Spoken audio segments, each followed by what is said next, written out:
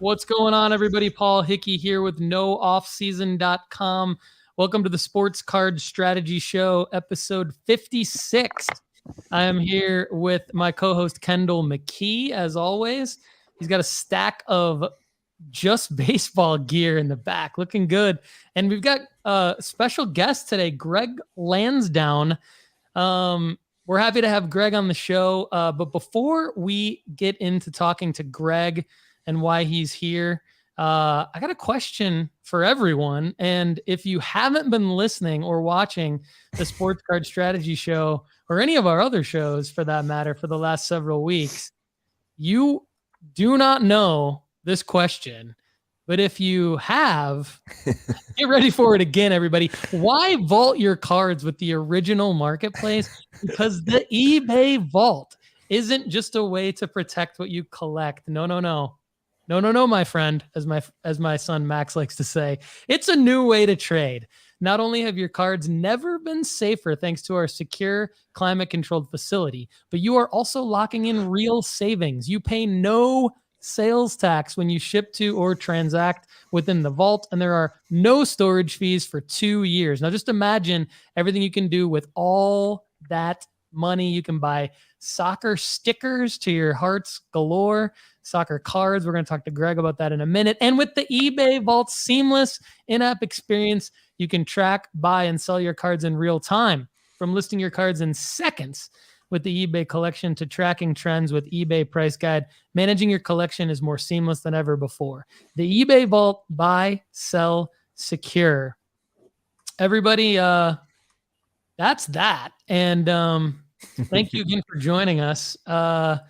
We've got, like I said, my main man, Kendall McKee, and then we've got Greg Lansdowne. So before we get to Greg, I'm going to give a little intro for Greg. We're going to do our loss, our win, and our buy and sell of the week here. And then we're going to talk to Greg about a few things that I've been wanting to talk about for a while. It's going to be a little bit of a World Cup soccer, proper football show, because Greg is the author, among other things, of two amazing books. One is called Stuck on You, The Rise and Fall of Panini Stickers. So that's this book right here. And then Panini Football Stickers, The Official Celebration, A Nostalgic Journey Through the World of Panini. So this is really cool. Greg and I met each other at the London Card Show, and I bought a couple of his books here. And I'm very, very interested to talk to Greg today about soccer stickers, soccer cards with the World Cup coming up. It's obviously very relevant, so it's a great time to have him on the show. Kendall's obviously a big soccer guy. He's the host of our Soccer Card Strategy Show here on the network. So we'll be excited to talk to Greg in a minute about that. But before we do that, let's jump into our loss and our win of the week.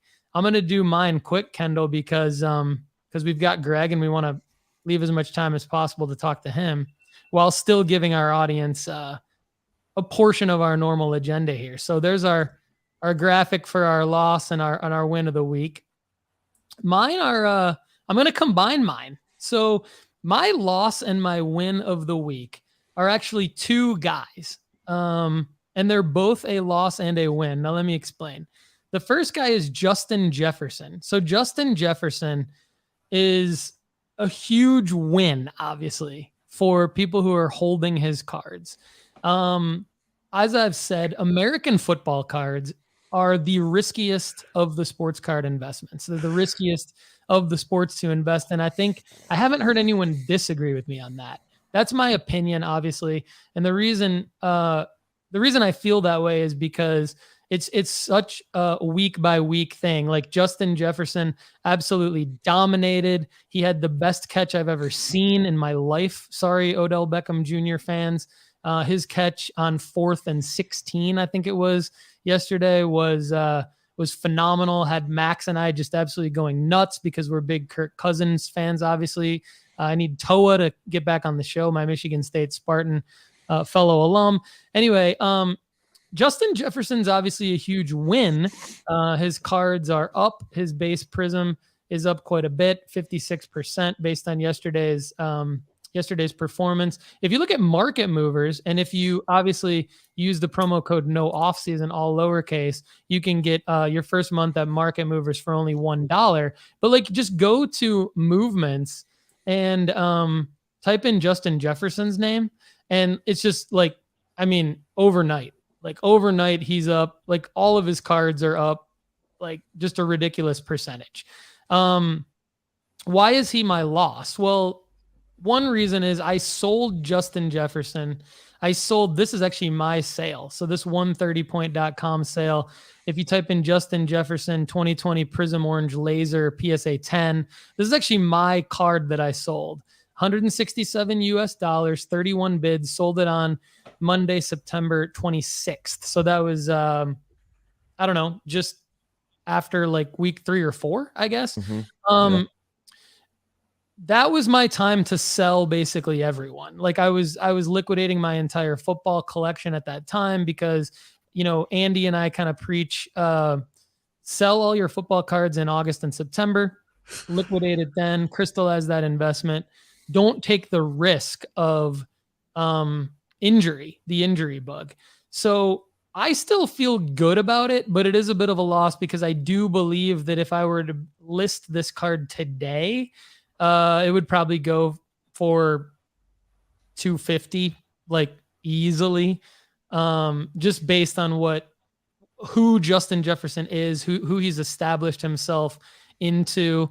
So I'll give you a chance to comment here in a second, Kendall. But my other guy, that's a loss and a win, is George Russell. So George Russell is obviously a big win because he finally won his first career race, which is, I know, something that F1 enthusiasts have been talking about for quite some time. They've been waiting for George Russell to get into the winner's circle and get that first place finish, finally get the monkey off his back.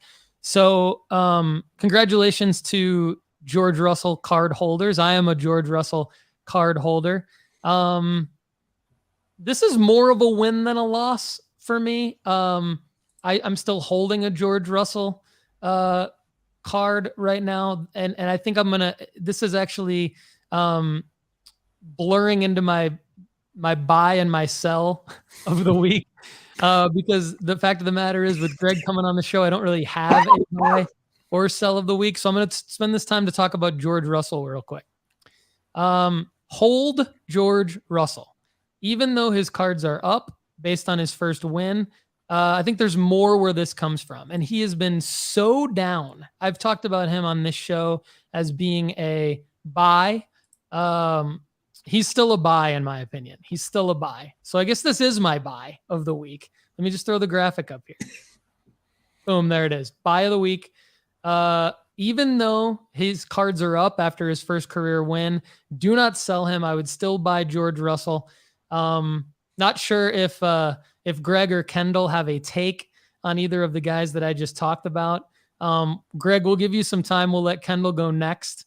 And then if you have anything to add, that'd be great. If not, we can jump right into to talking soccer stickers. So Kendall, the floor is yours to talk about anything related to your L, your W, your buy or sell of the week.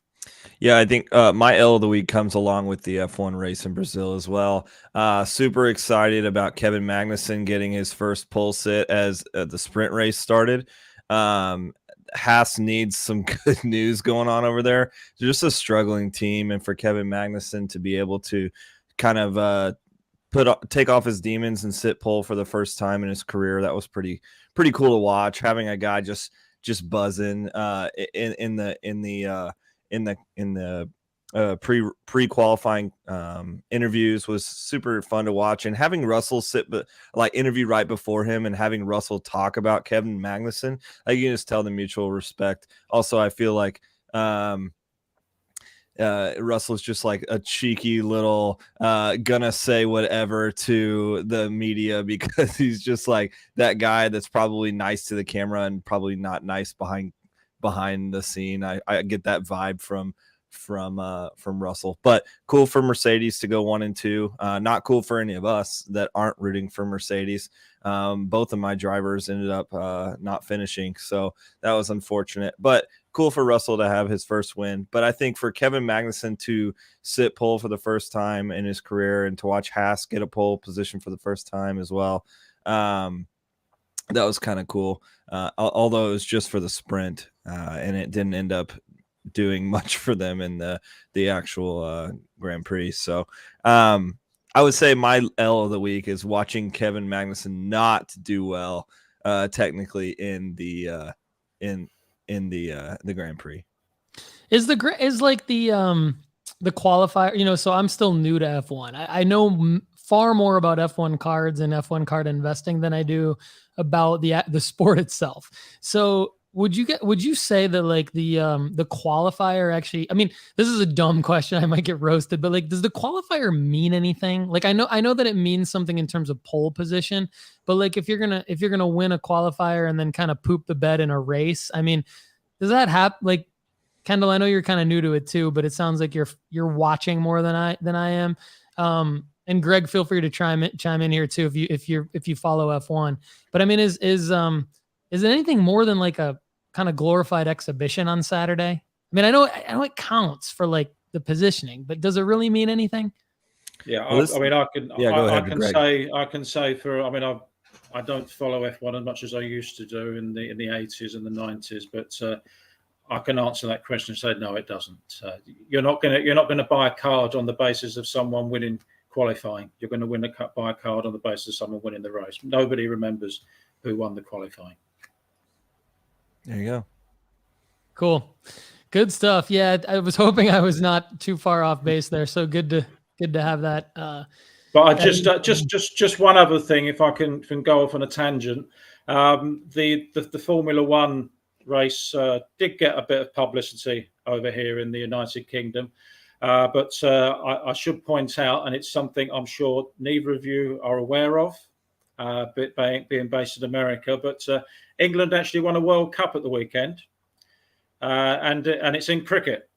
So that got a lot of attention. And cricket is a sport that I believe, like Formula One, has massive growth when it comes to collectibles. In terms of the world, there is no reason why cricket should not be selling more cards than Formula One. You've got some of the biggest countries in the world, like India, it's the number one sport in India. So Australia, it's massive, and it's a global sport. And it's always been odd to me that it's a sport that's not got a lot of attention in terms of collectibles. I know Topps are finally getting into it. They're doing another set soon, so it's one to watch. So you say you've only got into Formula One recently. A lot of Americans have only got into soccer in recent times because of the collectibles. Cricket is one to watch, especially in America, because the USA cricket team is being massively developed now, and there's a global competition is going to be played in America soon as well. So as I say, cricket is definitely one to watch in the collectibles industry. I love that. So Greg comes into the show and has a buy, and it is cricket, and that's awesome. So we need to dig more into that. Maybe we'll talk more about that on today's show. I definitely have some questions. Maybe we can be the first show that I've ever heard of to have a cricket. We could do the cricket card strategy show and have a pilot episode. Yeah, that'd be have sick. Greg back on. That'd be awesome. Good stuff, man. Cool. Thanks for adding that. All right, Kendall, you got anything else in terms of our weekly agenda? Yeah, I ended up selling a card of Jordan Lawler this weekend, which sounds backwards because he was in my top 10 guys to be buying right now. I did sell a card from his because it came back from PSA as a 9, as a refractor auto.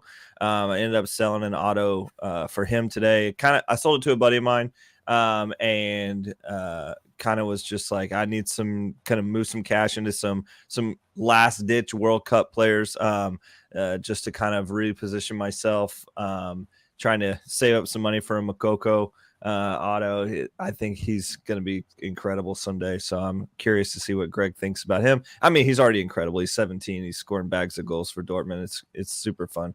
But I ended up selling a card for him this weekend, and I kind of thought there wasn't a super good comp on it, and I sold it for a price, and then there was one sold later that night for almost the exact price that I sold it for. So I was excited to be on the game there, and a win of the week, man. That I was just gonna say that Bills Vikings game was game of the year. Like Kirk Cousins was just throwing it to Jefferson. He was just like praying to God that he was out there somewhere. And then the Bills fumble on the 1 yard line. What is going on? Like, this is the weirdest game I've ever seen. And it was, from a neutral fan's perspective, it was exactly what I wanted to tune into. Yeah, same here. Same here. Max and I were going crazy. It was late here for us because we're in Spain, but I let him stay up a little bit later and see the end of that game. And we were watching the Red Zone channel, and it was nice to get it in English because we had the real announcers and everything like that. And it was definitely, I told Max, I'm like, you will never see that happen ever again. I was thinking safety, like they should have intentionally safetied or just ran a regular play. They might have been going for that. They might have been going for the safety, but the ball never got to Josh. Yeah, that's true. Maybe you're right. But then for them to come back and kick a field goal and continue on, that was incredible. It's freaking cool. It was a good game. It was really cool. VJ Patel, welcome to the show. Good to see you. Greg, do you know what this means? I'm sure it's a cricket term. Okay. Yeah, he's talking about England cricket supporters. There we go. I'm guessing that by that name, I could be wrong, but there's a good chance Vijay Patel would be an Indian fan. And it's fair to say that Indian cricket fans were as happy as English cricket fans that we beat Pakistan yesterday, judging by some of the tweets. But I see. Vijay can tell us. Yeah, VJ is a loyal audience member. Good to have you on the show as always. I think he's running Card Collector on Instagram. Let me know if I didn't get that correct. We'll take Caleb Nightingale's question real quick because we still got plenty of time to talk to Greg about soccer stickers, soccer cards, and the market there. Opinions on DJ Moore card prices, hold, buy, sell. I mean, I think he's a hold, probably in just a hold, just because, I think the Panthers are going to end up with a new quarterback in the draft. I mean, that's a long shot prediction, like just my opinion. But I think that you've got a situation where a guy like DJ Moore, who's a very talented wide receiver, still young. We talked to Andy Kaysen about this. I think he would probably agree that if and when the Panthers draft a quarterback, there will be hype around their skill position players and wide receivers like DJ Moore. So without knowing what his card prices are off the top of my head, or I'm not looking it up on Market Movers currently while I'm talking. I can do that if Kendall has a take on this. I can look him up real quick. But he's a flyer. I don't think he has a super high ceiling, but if you have DJ Moore cards, I would just hold him, see what the Panthers do at the quarterback position, and then there should be some kind of a hype spike this offseason if and when they do draft a quarterback in the first round, or at least fill that position in some way. And then I would sell DJ Moore probably either at that point or in August when the NFL hype cycle gets hottest. And if I'm missing something on DJ Moore news, let me know. But I think it's just a general DJ Moore question. Yeah, I think Caleb, good question here. We like audience participation coming in. Asking your opinion on guys that you might be holding and stuff like that. It's always a good thing for us here at the Sports Card Strategy Show to be able to help out with these kind of questions. Usually our outlook is between the next 6 and 12 months. And I believe that DJ Moore is going to need to be sold in terms of a spike in about a year, which is unfortunate for you. If you're a holder of DJ Moore, what I would recommend is getting what you can out of it, unless you are massively in the hole on the card that you invested in. You bought it at the beginning of the season or something like that. But if you can get out of it now and then move it to another sport, I think you should. The Panthers are a long, long way from being successful. They've got a Baker Mayfield, PJ Walker, just craziness in their quarterback room. and it's not getting any better anytime soon. As a Browns fan, I've watched Baker kill my card values as well. So don't I wouldn't hold expecting there to be a spike this year. If you're going to hold, expect a spike in the off season, but don't expect a massive one. Panthers fans are not shelling out money to be investing in DJ Moore right now. They would probably be more hyped around a new player or a guy that came in free agency. I would say sell for what you can. Sell for what you can is not a bad strategy. Just to like, that's what I do. Cause as evidenced in my recent Malik Tillman L in a recent episode, I don't like to hold guys. Sometimes I just the feeling of looking at a card that I don't want to own anymore gives me like anxiety. So then I just sell it, and then it's like better for me, even if I lost money on it. I don't have that anxiety. So if I owned a DJ Moore right now, I'd probably just wait until he just had a bad game yesterday, in week 10. So I would wait until maybe he catches 5 balls for 100 yards and then sell him. But if you want to try to wait a year, like wait 5 or 6 months, sell him in April or May when the Panthers draft a quarterback, that would be the longest I would hold. The very longest I would hold would be August.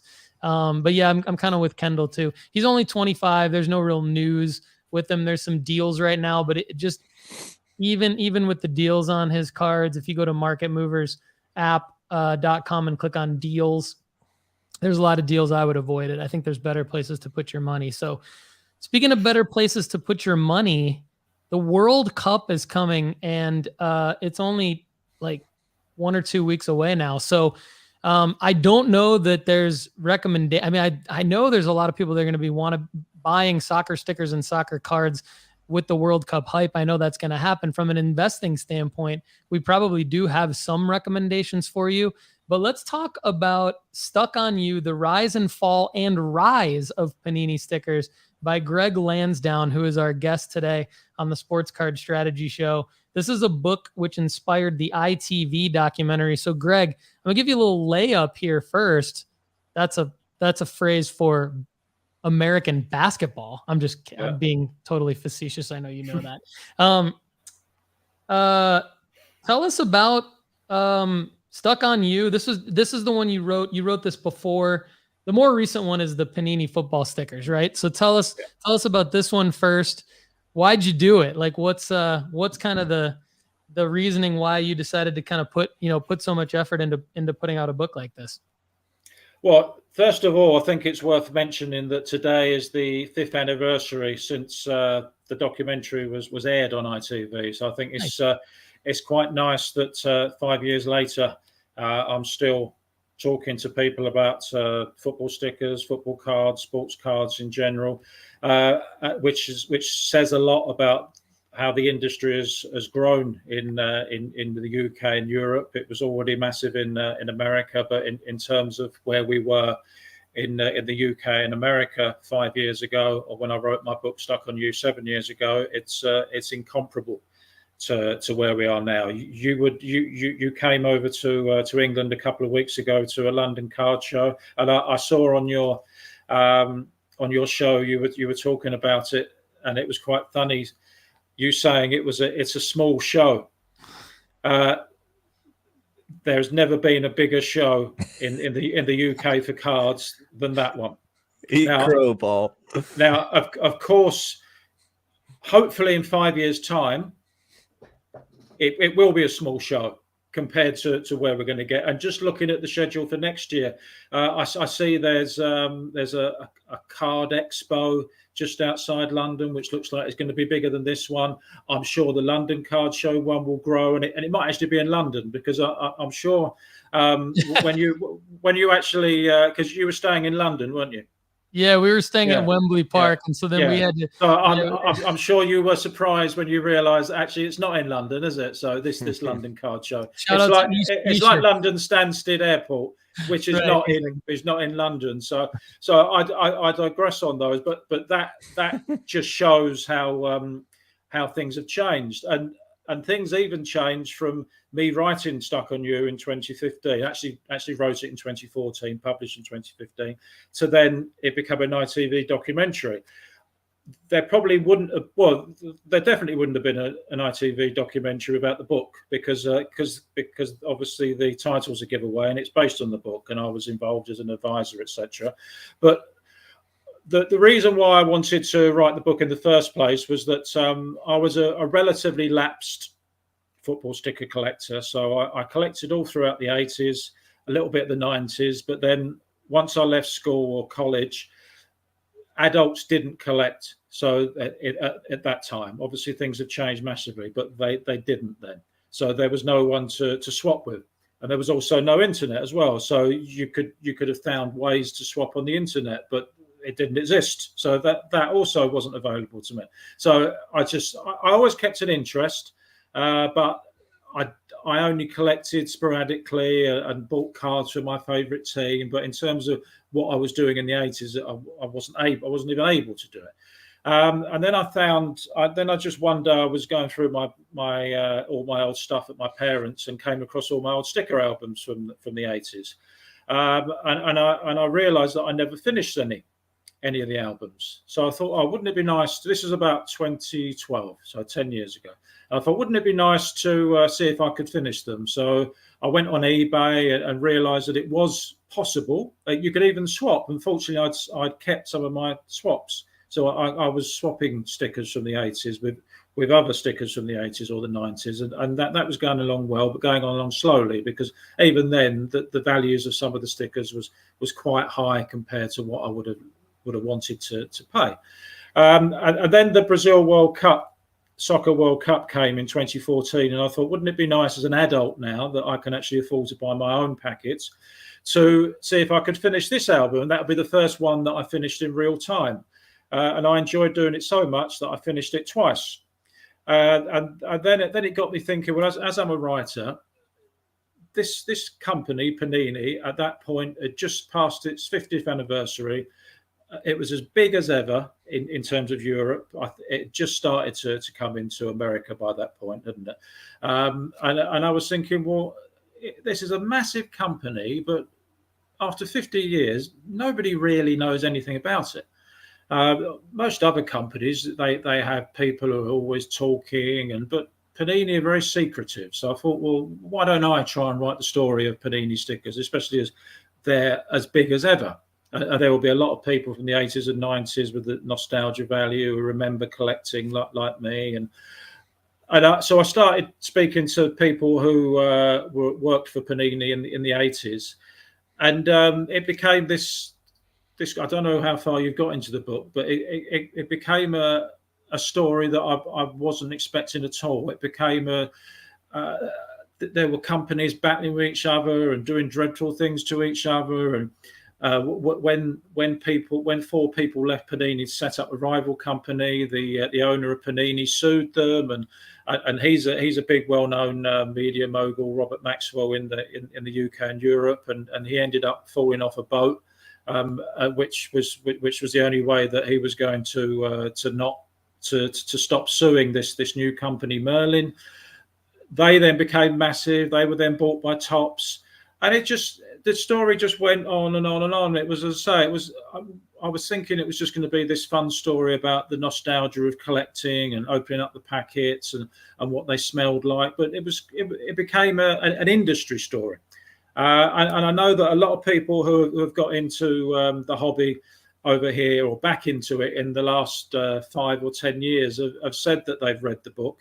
And I actually know that the Topps managing director who was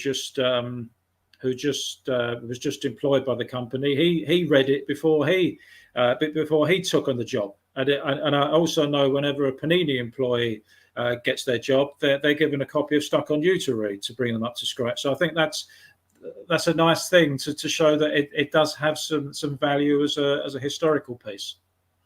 Yeah, that's absolutely. Great, Kendall, I'll let you ask Greg your question here, and then I'll follow up. Yeah, Greg, can you talk about, so I've done some sticker collecting, and like you, it was always when I was little, I would feel some of the World Cup sheet, and then I would never be able to get back to the store. So I just have 10 players. in my album. And then I left it for a long time. Then when I got back in collecting, I collected mostly cards. Can you talk about the rarity levels of stickers and why, like, for instance, I have this Brennan Aronson red border sticker from the Qatar run this year. But just can you talk about the rarity level of that? Because a lot of our viewers have no concept of stickers at all. Well, first of all, that sticker you showed really is a change in where we're at with stickers, because in the World Cup albums, every album was the same. The backs might be different colors depending on the country, but in terms of what the sticker looked like in the front, there was the occasional rarity, oddity, and sometimes Coca-Cola would do special stickers, but by and large, it was one collection around the world. So what's happened this year is a complete change. What you're showing me is unique to the American set, with the different the borders and the parallels, which, as I say, completely foreign to World Cup sticker collectors in the past.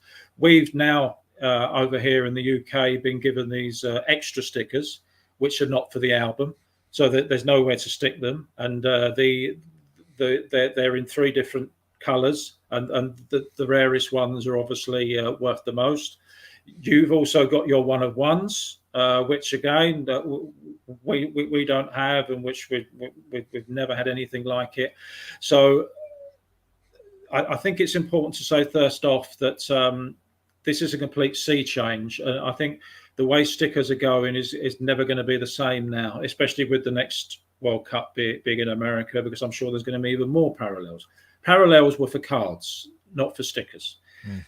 So first of all, there's that.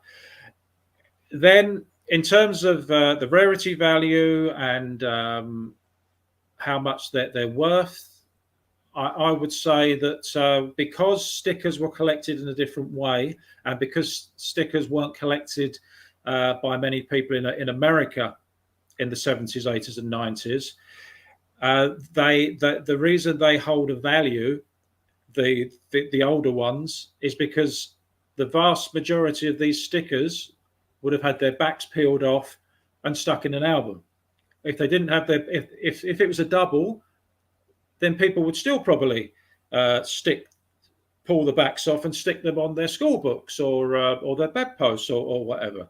There was no thought that I need to keep this in pristine condition because it might be worth something. That's not how stickers worked. When we got our doubles, we would tie an elastic band around all the doubles and put them in our school blazer pockets or our trousers and take them to school. And so then everybody else is handling them, going through the doubles. And so again, with no thought to the condition. All we're thinking of is, do we need this one? Don't we need this one? We need this one. It's going in the album. Not, I need this one, I'm putting it in a penny sleeve. We'd never heard of penny sleeves in the UK until about 10 years ago. So when you see a pristine condition Diego Maradona or Michel Platini or Pele sticker from that period, it's going to go for a lot of money because they just don't exist. Because as I say, nobody had that mindset. So if they do exist, it will probably be most likely that because there are some unopened packets that exist still from the 70s, 80s, and 90s. So if you open the packet, then obviously that's your best way of finding a pristine mint Panini sticker. But that's pretty much the only way, because they weren't built to last. They were built to be stuck in an album. So even if you had a decent condition sticker, the chances of it not having curled within that time, if you've left it in a shed or a drawer, because it might, or a damp condition. So mint condition Panini stickers or whatever brand from the 70s, 80s, and 90s for the top players are well worth getting if by some chance you find them, because especially with obviously the retired players, unless they're involved in a scandal, they're not going to do anything. They've had their career, they've had their form. It's not going to go down. So I would say, in terms of the rise in value, there's probably more value to be had from stickers than cards. So you said 70s, 80s, 90s stickers that are in, like, let's even say a PSA 7 or above, something like that would be absolutely probably worth getting. Yeah. And were those sets do they only make World Cup sets during those years? No. Okay. What other sets did they? So, and as I say, it wasn't just Panini, but it was mainly Panini. But there were domestic leagues all over the world. So I think you can just about see my Football 78 shirt here. Yep. I think that was the first UK domestic football or soccer album. So that covered the English top division and the Division 2, and it also covered the Scottish top division. And there's always players that came from the Scottish leagues to then star in England or star abroad, so you'd have that album every year. Then you'd have albums in Spain, in Germany, in France, in Italy, obviously, because that's the home of Panini.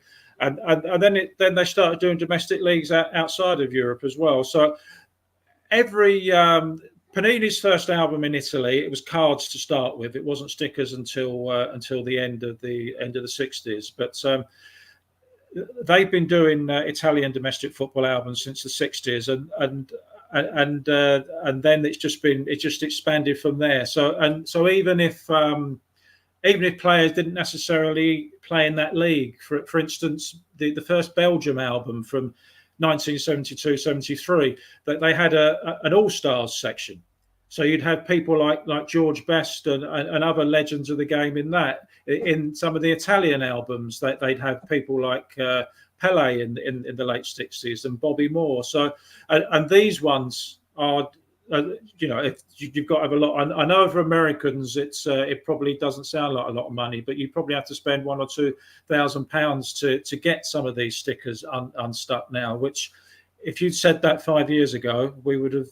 There are more expensive stickers as well, but I'm just giving examples of stickers that probably would have been worth £2 to £5 even 3 or 4 years ago.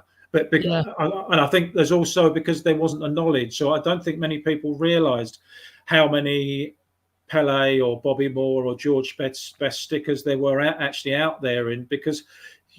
Why would anybody know about the Belgian 72-73 album or the Italian albums from the late 60s? Because they were long forgotten. But then all of a sudden, during the pandemic, Americans started going on eBay and looking up our soccer stickers, and that was the game changer. Stickers that we had that we were swapping one for one. So a Paul Gascoigne Football 87 that we were swapping just for a Leicester City team group. Now, all of a sudden, the Leicester City team group is still worth £1 or £2, but all of a sudden, because it's Paul Gascoigne's first sticker, that's worth £100. If you get it in good condition, it's probably worth £1,000 now. And we were thinking, well, why are these Americans buying these stickers that were worth £2? And so, as I say, that was the game changer, and all bets were off from that point. Everybody started reevaluating the old stickers that they had. So I have a question. So, and I kind of want you guys to debate me on this a little bit. Kendall will probably already know where I'm going, but on past episodes of this show, I've kind of questioned, like, okay, so once the market's established and, like, we'll call it vintage, different people define vintage different ways. Kendall and I kind of define it as, like, anyone who's retired. We just like to say it's vintage. And the reason why is because there's no more markers really for that person, short of, like, something outrageous that they would do off the pitch, off the field, whatever, good or bad, that would affect their card value, or death. Unfortunately, yeah. Death is definitely like a marker for investing. We all know that. So with less markers, in my mind, equals you have to have more patience to see something rise or fall in value. Yeah. Patience is something that I lack. I think it's something that Kendall more has than I do. And so we kind of debate each other every once in a while and have people on the show to talk about like what opportunities lie in the vintage market with something like this versus getting in and understanding like, okay, well, Erling Haaland is not going to be in this World Cup. Wouldn't it make sense to buy his stuff while people are not looking at him, not thinking about him? They're thinking about who's in the World Cup. Wouldn't it make sense to buy his stuff and then potentially sell it when he does have a marker? Like if he wins the Ballon d'Or or if he wins a big award, then you sell Haaland at for a profit. Whereas like if you look at somebody like, we'll use Maradona as an example. Not much more can be done with his market other than just assuming that it might go up because of he is who he is, but you can't get him cheap. So I guess my general question is, how much opportunity lies in the vintage soccer sticker market for people to actually get in and make money versus just spend a bunch of money and hope that it goes in the right direction over the long term? What's your take on that? I think that in terms of the real opportunity, whichever Americans were on eBay 2 or 3 years ago, however long the pandemic was ago, it seems like an age away, but whichever ones were on there buying up Maradona and Pele and Platini and George Best and Bobby Moore 2 or 3 years ago, they're the ones they're the ones who are really quitting. Now it's a case of how far you think the market is going to grow, and I think it will still grow, especially because the hobby is still probably 90% of America. 4 years' time, the Soccer World Cup is in America, so there is no way the soccer card sticker and sticker industry cannot grow in that time. So if there's a player that has been a big thing in a past World Cup, when the 2026 World Cup comes on, in what way are his collectibles not going to go up? Mm-hmm. So as I say, it's hard to think that you could get a Maradona or Pele or all these other players who've excelled in World Cups and ultimately lose. If obviously we're assuming that this is why people are. Some people just buy stickers and cards, just because they actually like them and they're not actually thinking of investing. There was some forget about those people on this show. Glad you brought them up. Yeah, there was someone at the London Card Show who bought Bobby Moore, who's the England World Cup winning captain of '66, and he came over and was proud of his purchase from the Mexico '70 album. He only paid £30 for it. Now, to me, that's a steal. And I think, and as long as England don't win the World Cup, and he remains the only England World Cup winning captain, then his value is only going to go up. Similarly, with when the England Lionesses won the Soccer Euros, they're the first England women's team that won a major tournament. So, although it's contemporary, I would imagine that the value of those stickers, although more were bought and sold, I would imagine that their value will go up. But in terms of the vintage, as you say, unless they do something really bad, and Maradona can't do anything else in his life, sadly, and he is such an icon, even for England supporters, that by rights, after what he did with his hand, there shouldn't be an England supporter who would want to be anywhere near any of his cards or stickers, but there are, and not just because of they think they might make money of it, just because of everything else he did in his career.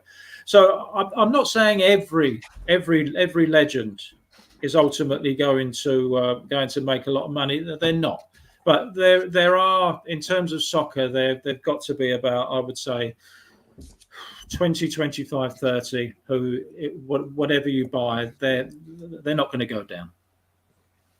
Nice. Greg, Paul, do you have any other leading question there, or can I get on to a new thing? Go for it.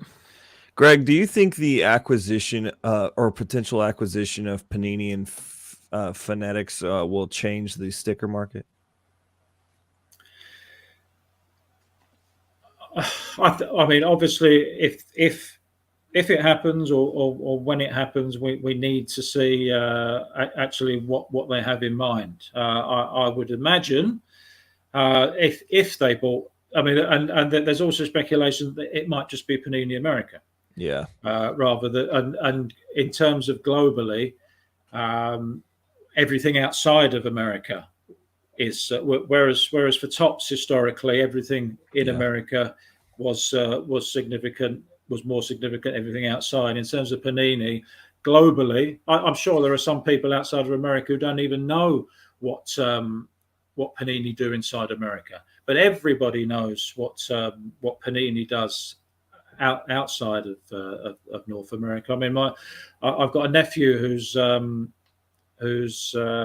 traveling the world at the moment and in South America, and he was showing me all these swap events that are going on for the World Cup in these communities, and this has been going on for decades, and as it has in Europe and all around the world. So if the Panini brand was kept intact and Panini still did the World Cup album in the same way that they did that they've done all the other ones for 2026, then I think we carry on as we are. I mean, I think this album is clearly a halfway house in terms of the parallels and the one-of-ones that we've never had for stickers. So it may be a case of we're being prepared for something completely different in 2026. I think if they did that, a lot of the veteran collectors might say, well, no, I'm out. But that's obviously just for the current collecting. What Panini have done, if they are bought out by Fanatics, what they've done prior to that remains exactly the same. People who collected Panini in the 70s, 80s, and 90s will still think of their collection exactly the same way. It will still mean the same to them, and people who are new to the industry should also, if they read up and do their research, they'll also know that. So whatever happens to Panini in the future, what they've done over 60 years is a legacy that can never be taken away from them. And these stickers, I mean, when I interview players, it means a lot to them when I show them their stickers, that they say, oh, can you send me some of my old stickers? And because they didn't get to see them as much, but now they're asked to sign the stickers, and it means a lot to them, especially when it's Panini, because that is the brand of recognition when it comes to football stickers. And whatever happens in the future, it always will be. I have another question for you, Greg. But before I get to that, I just want to add to this point, because my take on Kendall's question is, this is like personal, so I could totally be wrong, but the obstacle that I have felt as a consumer / flipper of cards over the last few years living in Europe is that there's a strong division between Europe and America consumer markets that Fanatics could fix, but they would have to do some very specific things. And what I mean is, like, so in America, you have TV deals for all of the major American / major North American sports, right? Those TV deals are really what generate the publicity, and then the publicity and the TV deals generate the interest in the sport, and that interest really does drive the card market a lot, because we see it with the price movements day by day, like the stock market, based on player performance. Yes, you have like card rarity that definitely comes into play when it comes to like base cards versus serial numbered cards, variations, autos, things like that. And then of course the grading with the pop counts. So the ceiling of a card value can be much higher or much lower depending on those factors, but generally you see a player going up and down. And then if you take that and you flip it over to Europe, you've got different TV deals as well. And so what the biggest obstacle that I see is that in America, you're not going to really know the Jeremy Pinos or the Pedris. Like, I mean, I went to the Nashville card show in 2021 and was talking about Pedri, and not one flippin' person, Kendall, I mean, you live in Kentucky, not one person in all of the Nashville card show, which, no offense to London, because I love the London card show, but the Nashville card show in a high school gym was bigger than the London card show. I believe, Greg, that it will be way bigger 3, 4, 5 years from now. It'll be like, it has the potential to be massive. And I love the London card show. I'm not saying it wasn't as good as the Nashville card show, but just a regular old rinky-dink Nashville card show in a high school gym that's like twice a month, just had more people there. Well, not one person had heard of Pedri. And like, to me, that's a problem, because even though the world is massive, like, you still have like these tiny, tiny micro markets. So like, until you can cross promote across the ocean, not only to mix the TV deals to make it easier for someone like me to watch American sports in Europe and to watch European sports, UK-based sports in America. I know you can do it, but it's not easy. There's a lot of barriers to it. And then the second thing is distribution. You can't buy anything in Europe or the UK that Americans are interested in, and vice versa. You can't, I can't find anything here that Americans are interested in. So it makes it very, very hard to, even though I can go down the street and I can buy a box of unopened Mega Cracks for like €25, and I can sell that on eBay for $100. The profit margin's completely wiped out by I feel like Kramer and Newman on Seinfeld trying to take bottles and cans from New York to Michigan. Like, you wipe out your entire profit margin if you try to take it across in a suitcase, or if you try to with the shipping cost, from one of the. So my point is, like, the distribution's messed up. So Fanatics could fix that. They could fix a very big part of it if they were able to distribute some product into Europe and the UK. Because I'm at the London card show, Greg, I'm asking everybody, like, where did you get your Cade Cunningham, Don Russ Optic Red Pulsar? Like, where'd you get that? And the dealer was like, I'm in breaks in America.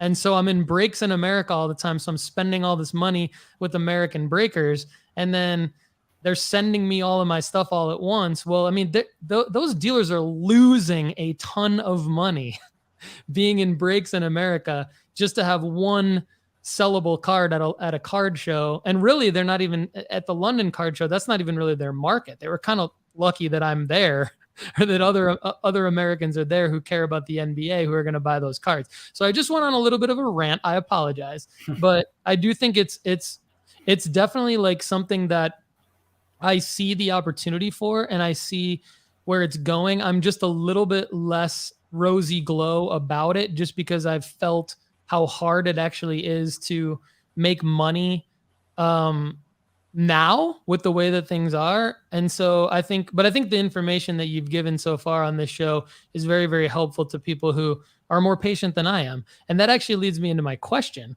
which is, if you had to buy, like, maybe give us like 1 to 3 cards or stickers of current players from, let's say, the 2014, 2018 World Cup, or however far you want to go back.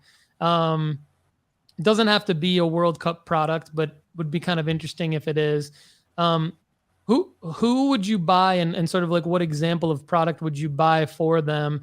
Let's say if you wanted to give somebody a recommendation to make some money over the next maybe 6 to 12 months off of some players. So, like an Mbappe or a Neymar or somebody like that. I don't know. Maybe there's somebody on England's team that you're fond of, but Greg, who would you recommend that people look at right now?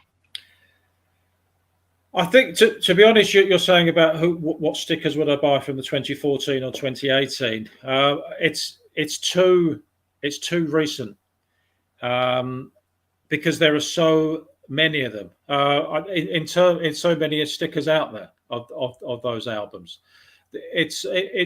astonished me how much the Kylian Mbappe sticker was going for the 2018 World Cup, and I think that was because there was a lack of knowledge at that time.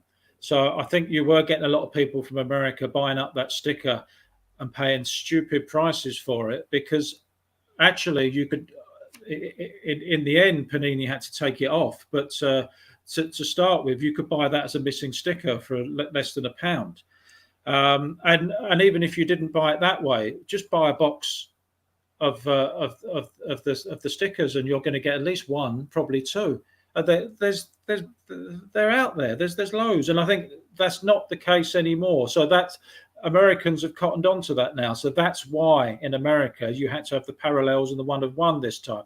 Otherwise, there would have been probably less interest, because people now know that there's loads of Mbappes out there. There's loads of Jude Bellinghams or whoever going into his first tournament. So there's no value. I would have to go further back. And if you want in terms of World Cup stickers, people have asked me that question recently, and one of the ones that stands out to me would be Thierry Henry from the France '98 tournament. And Americans should know him, having played in America as well. So he's got a bit of crossover there. And so his first sticker is France '98, and France won the tournament that year. He's probably the best player of the last 30 years not to have won a Ballon d'Or. That's no reflection on him. That's a reflection on the judges who gave it to someone else when he should have won it. So if you were to ask for me my top one, I would say if you can get that one in good condition, I can't see how that. I think as more and more people realise, when they see the viral clips of actually what he did when he was playing, especially for Arsenal, and then people are going to say, "Oh, actually, people have been sleeping on him, haven't they?" So he would be up there. Again, as I've touched on, for as long as England and football or soccer to you is it means a lot to us, and I think the whole world realises it means a lot to us. So the fact that we still are searching for a World Cup or even a Euro since 1966 means that team remains as revered as ever. So lots of people go for Bobby Moore as the captain. So he's a good one. And as I say, the fact that someone picked him up for £30, his Mexico 70 sticker, astonishes me. When you see the prices of stickers and cards for players who have achieved pretty much nothing in their careers so far, and you're talking about one of the greatest players ever, you ask Pele what he thinks of Bobby Moore. There's this iconic picture of Pele and Bobby Moore in Mexico 70 after they played, swapping shirts. The fact that you can get him, in my opinion, for £30 in a top condition is ludicrous. But I'm not going to say Bobby Moore. I would actually say there's only one player who's ever scored a hat-trick in a World Cup soccer final. That may change this year, but it's very unlikely, because it's very. And if that happens, you can come back to me. But the fact that only one player, Jeff Hurst of England in 1966, has scored a hat-trick in a World Cup final, his Mexico 70 sticker is probably, I'm sure you could get that much cheaper than Bobby Moore. I would say have a look at his, because as I say, he is another one who goes under the radar, because when you've achieved something in such an icon, the World Cup soccer tournament is the biggest sporting event in the world. Yes, to some countries this one means more, and this country this one means more. But in terms of the world, it's the World Cup. So the fact that he's the only player, and I'm sure that did you even know that? Have you even heard of Jeff Hurst, either of you? I have not. No, well, that says it all. Yep. That someone could have achieved such a great thing in a sport, in a tournament that means so much to many people, and he's sadly he's one of the last survivors of the World Cup '66 team as well. There's a documentary coming out on him this week, so if you can, It might be on Netflix. It might, if you can get hold of that one, that's worth checking out. I mean, he's played with all of them. He was even one of the assistant coaches for England in the Spain '82 World Cup. And it's just a fantastic life that not enough people know about, in my opinion. That's awesome. That is phenomenal. Kendall, what else do you have for Greg? I got one silly question for you, Greg. Who are you supporter of?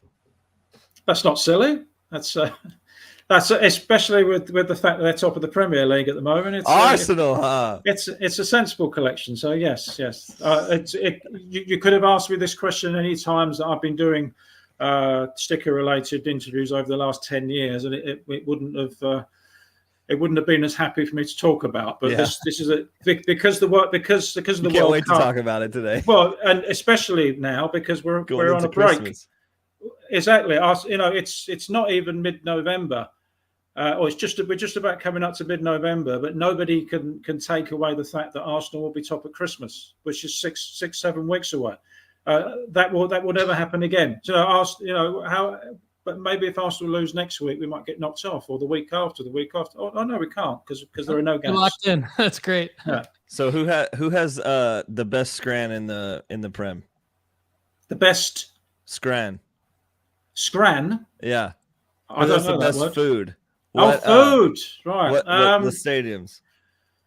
To be honest, I know there are social media feeds now that where people take pictures of their food and it gets rated. To someone who grew up in the 80s as a football supporter, it's in England. The food is what was some of the worst food you could possibly get. Yeah, so food doesn't exist. Some of the burgers and the hot dogs. Yeah. And it became a joke that if you wanted to feel ill or you needed a few drinks to take away the taste. So because I grew up in the 80s, it seems quite out of sync, or to see all this. Some of the pictures now, it's like eating at a 5-star restaurant, and it's not even the corporate hospitality. Some of these things that you see, it's just in the normal seats that people are paying £15-20. That's not English football. Yeah, I know people have done that in America with their sports for years, but to me, no, I might just bring a Kit Kat or a Mars bar into the stadium, but no, you have your drinks before and after the game, and maybe a sausage roll outside or whatever. But eating in a football stadium, I think because it's such a short game as well. Yeah, whereas American sports are long, so you would understand that you need to be fed. But for a lot of football supporters that say grew up, we're not supposed to have good facilities. Yeah, I've been to La Liga games and just food does not exist. Like it's not a thing. And there's not even a break to use the restroom. I mean, basically you're in your seat for the whole. You eat outside of the game. You do that before or after. You don't the sport. You just go in, you watch a game, hopefully see a good result. Then if you want to eat something nice, you exit the stadium immediately and go and find a nice restaurant. Yeah, there's the Footy Scran Twitter is just hilarious right now. People showing shepherd's pie that looks like it's the nastiest thing you've ever seen at a game. And but then some of the exotic things, as I say, that you see in English football, it's just we're not used to it. So probably the youngsters embrace it more than the people who are nostalgic for the way that we used to watch, that we used to go to games. I love that perspective. Thank you, hilarious. Greg. Yeah, that makes sense. Greg, this was awesome. So before we let you go, tell us more about this bad boy right here. I'll say it's definitely visually pleasing, aesthetically pleasing. You can flip through the pages and basically go set by set in terms of not only World Cup, but just Italy, Germany, all the countries in terms of like the different sets that have happened throughout the years. But tell us about like your transition real quick from Stuck on You to this newer one, Football Stickers, the official celebration. Well, one of the things that I wanted to do differently from Stuck on You if I was going to do another book about football stickers was to make it more visual. The Stuck on You is the story of the industry. There are a few pictures, but football stickers are obviously visual. So the next book had to be a book that had stickers on every page, multiple stickers on every page, with some context as well. But that was what this book wanted to be. I wrote to the publisher Bloomsbury. We hammered something out, and we decided that we were going to tell the story of, as it was their 60th anniversary, Panini, we were going to tell the story of all the World Cup albums they'd done, all the Euro albums they'd done, all the Women's World Cup albums and Euros, and also the domestic English football albums that they did from 78 to 93, and then the recent Premier League, having got that one back as well. So there's context in terms of the seasons, who won what in those seasons, or who won the World Cup, who were the big players. But I also think it's good for people who are looking to invest in football stickers, because I also put stuff in about who had rookie stickers in those albums, and who inexplicably didn't have a sticker. There's lots of examples. So someone like Toto Schillaci, who was the top scorer in Italia 90, he didn't have a sticker in that album because he only broke into the team shortly before. Thierry Henry didn't have a Euro 2000 sticker because he'd been dropped for a long time after 98, and that now looks like an anomaly. Michael Owen is not in France 98, even though he scored one of the most famous goals in the World Cup ever against Argentina, and so on and so on. So I tell those stories because every album has a story, and because that book was so successful, we've now sold almost 20,000 copies of that book. Bloomsbury and Panini have now struck up a relationship that they're now publishing the complete works of the old Panini domestic albums. So when you were over, you would have seen the 78 to 85 book that I was selling as well. So that's the complete book. 600 pages, every page from football 78 to 85, and then next year we're going to do football 86 to 93. So all the stars of that period: Paul Gascoigne, Gary Lineker, Brian Robson, all sorts. That's very important. Great job. I mean, I think like all these are the intricacies. These are the intricacies. Sorry about that. These are the intricacies that I think sports card investors need to know about. I think they're wondering, like, where do we even find this information?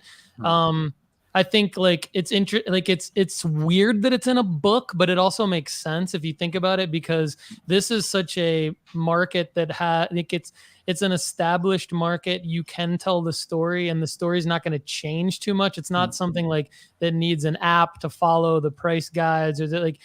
And it's almost too big for an article or a series of articles online. So the fact that it's in a book form with these visuals, I think it's a great medium to have put this out in. I think it's super helpful. I would highly recommend that our audience pick up a copy. Where would be the best place for them to do that? Is on Amazon, or is there a better place that would help you out more if they buy it online somewhere? If you're in North America, then yes, Amazon is the best place.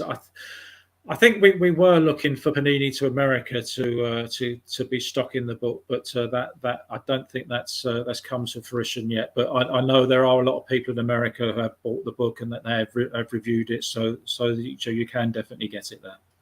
Awesome. Yeah, I found it for $18.82 on Amazon. So $18.82 on Amazon. That's good work. Good value, in my opinion. There you go. I would think so too. I mean, pick up a copy of the book, and then you don't have to worry about how to find all this information, how to piece it all together online. Greg's already done that and more for you. So good work there.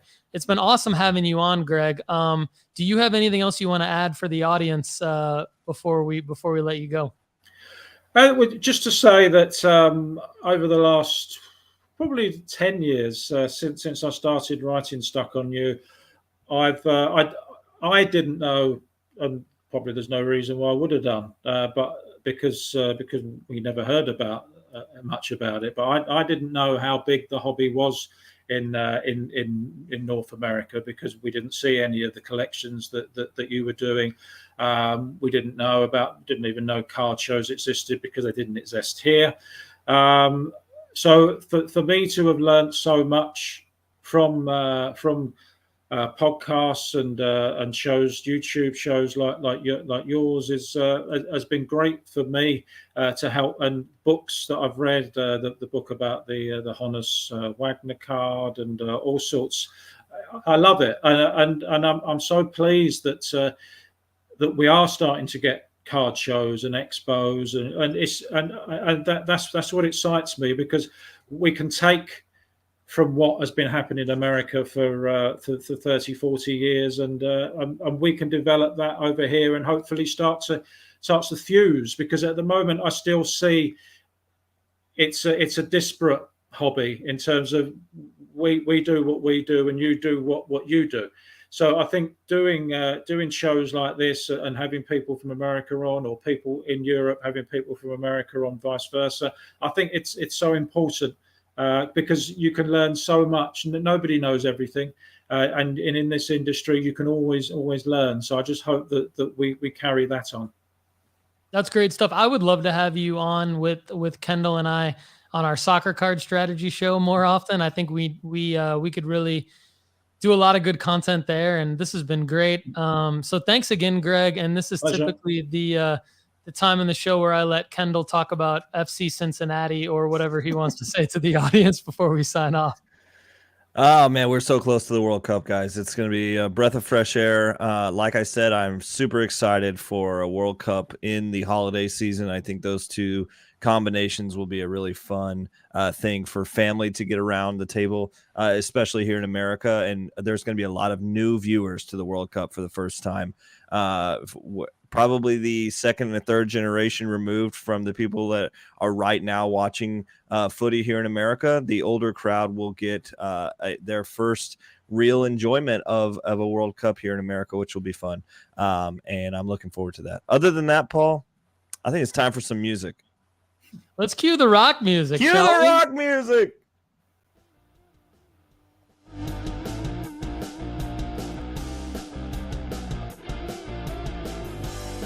Everybody, thanks so much for watching and listening to the Sports Card Strategy Show, episode 56. Catch you again soon. Paul Hickey from nooffseason.com for Kendall, McKee, and Greg Lansdowne on today's episode. Have a great day, everybody.